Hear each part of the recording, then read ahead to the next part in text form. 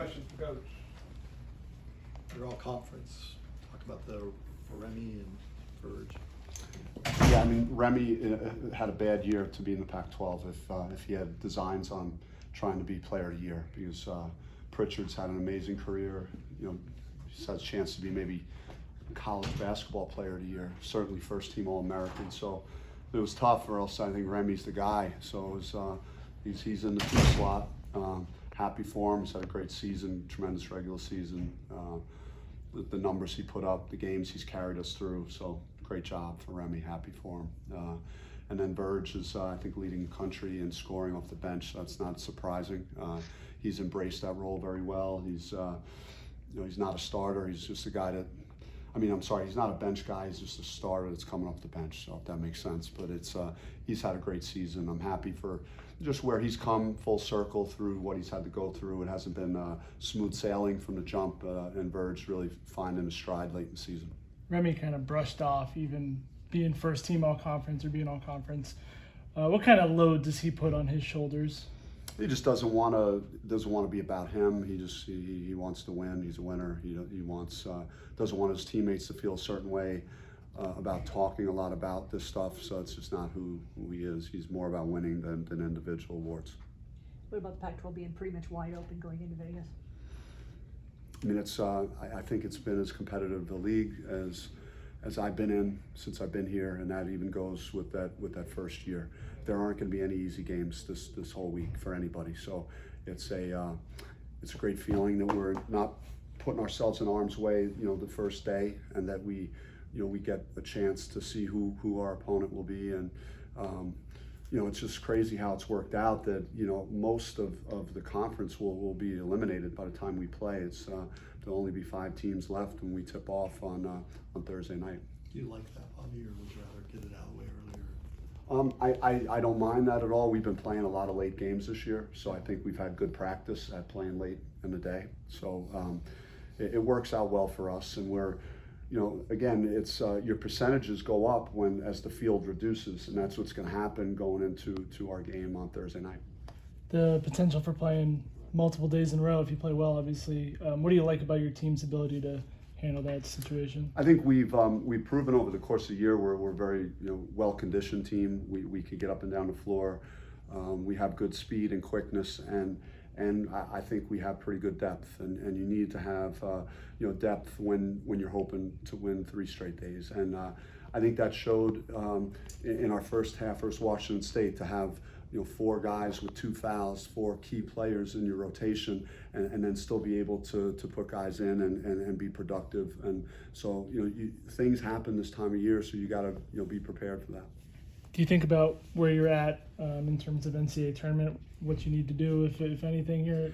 I just feel like this is as good as I've felt going into the Pac-12 tournament since I've been here, and I'm not taking anything away from all our competition. It's going to be very steep competition, but this is a team that has been getting better and better throughout the season, and that's what you hope for. That you have a team you have great confidence in, you know, going into postseason, and that's what we've done all year. So I think we've won a lot of big games, and in a very good conference. To be tied for 3rd in this league with 11 wins it says a lot about, you know, our body of work and what we've done this year, and to win 20 games. So we've done a lot of great things to put us in excellent position for the NCAA tournament. How do you feel too about, I mean, you said playing 3 games in 3 days, it becomes more of a, I guess, attrition, but just focusing on what you need to do to dictate tempo. Is that your message to the team? I mean, as you move on in a tournament like this? The first game is going to be, it will be tough, I think, because, you know, you got to get, you know, some of the cobwebs off. Or, you know, you're playing in a tournament and you're unfamiliar, and the team that you're playing against had a day before to play, so they're already acclimated and adjusted, and so that's the challenge in that first game. Second game is like, you know, that if you go all in and you could get that one, that no matter how tired you feel on Saturday, that you're playing for an opportunity to cut the nets down.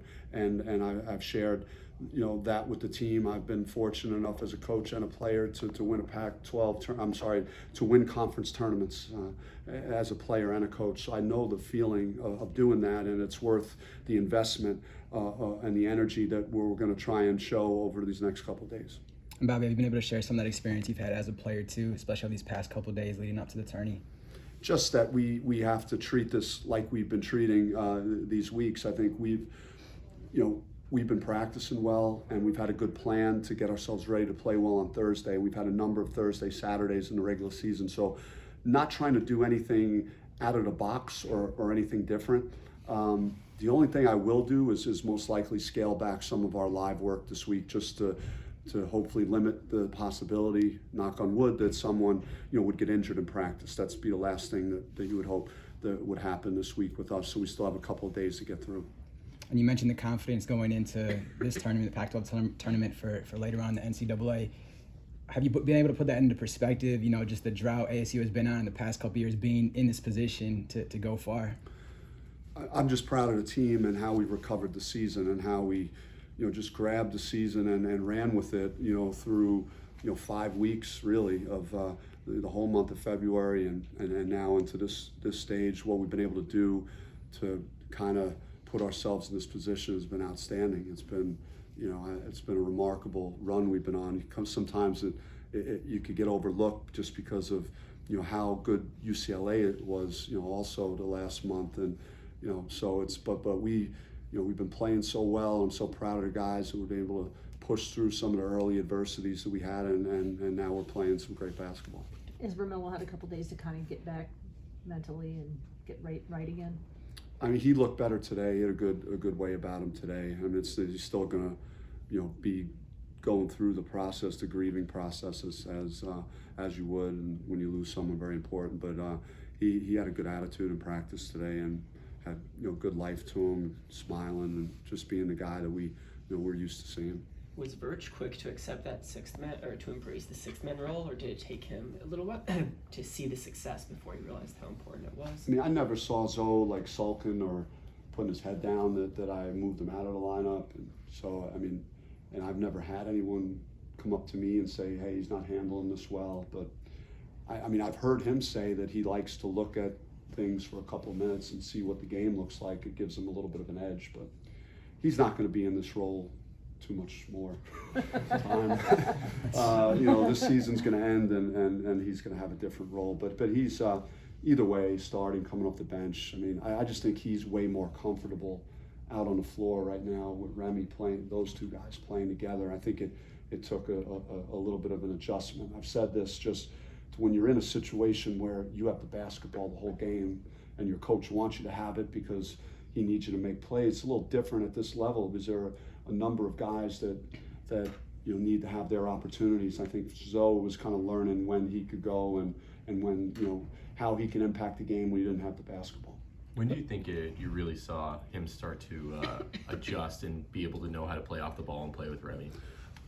It's more of just how he began to start finishing. Like I was just amazed when I knew he was good when we got our hands on him, but just to watch him day to day in the summer and just see how creative he was in the paint, scoring the ball in a variety of ways, and his mid-range, off one leg, off balance. Like he and Remy both have a unique ability to make difficult shots, and I wasn't seeing that the first part of the season, and I didn't know why. And some of it could be him just getting, again, more comfortable with Remy. Some of it is seeing all the size that he might not necessarily have saw at the junior college level, that he needs to make some subtle adjustments in his own game, but he's figured it out. Oh, was there a player or anything in the all-conference voting you looked at and said they got it right with this kid? I mean, there was nothing there that really surprised me a ton by what I looked at. I mean, I thought Romello would get more credit for what he's done. He had an opportunity to be on a couple of teams, but I mean, he's leading rebounder in the conference, and then we're one of the top 3 teams. In terms of other guys, I mean, Tiger Campbell maybe for UCLA being left off of all freshmen. That was a little surprising, just based on maybe not his whole season, but certainly the last 8 weeks, just what he's meant to UCLA. Bobby, I don't know if you've talked about this before, but do you pay attention to any kind of bracketology stuff like that? I wasn't doing it, you know, but you can't avoid seeing it somewhere. You know, whether it's on TV, someone getting on TV, when you're watching a game and talking about, you know, these teams, bubble, this, and then, you know, and then also you just want to see where you stand. So as much as you resist, and I resisted for a while, but it's so close now that you start peeking at it a little bit. With Remy, was such a strange weekend in the books now. Do you kind of expect the pendulum to swing the other way for this tournament? He had a great way about him today, and just you know, really positive, and you know, so I mean, I'm sure this is the time of year that he lives for, and you know, he can't wait to get to Vegas and play. And it was nice, you know, for him to just have a better shooting game as the game wore on. I think that'll be helpful with his confidence, and not a guy that doubts himself a ton, but you could see he was, you know, searching a little bit, you know, early in that Washington State game, and but he still did other things. I mean, even though he didn't shoot it well in the Washington game, he had 6 assists, no turnovers. I think he had 12 assists and 3 turnovers in those 2 games. So he's always going to do something to try and help you win. You feel the depth too. I mean, Mickey coming back. I mean, even Verge off the bench. That, especially this time of year. I mean, it's a bigger advantage for you guys, because you always hear coaches maybe want to shorten the bench, but I mean, you have, like you said, the depth. I mean, they give you a good advantage going into the tournament. Yeah, it was some good options, and again, I credited, you know, our bench, especially in the first half versus Washington State, because we had all the foul issues, and I thought Jalen House, Jalen Graham, Khalid Thomas hit a big 3. You know, guys that didn't even play in the second half of that game still, you know, made a good contribution, and that's what a team's all about, and it's good, especially on the front court, that we have, you know, a number of guys that we could go to. Guys, good? Thank you, guys.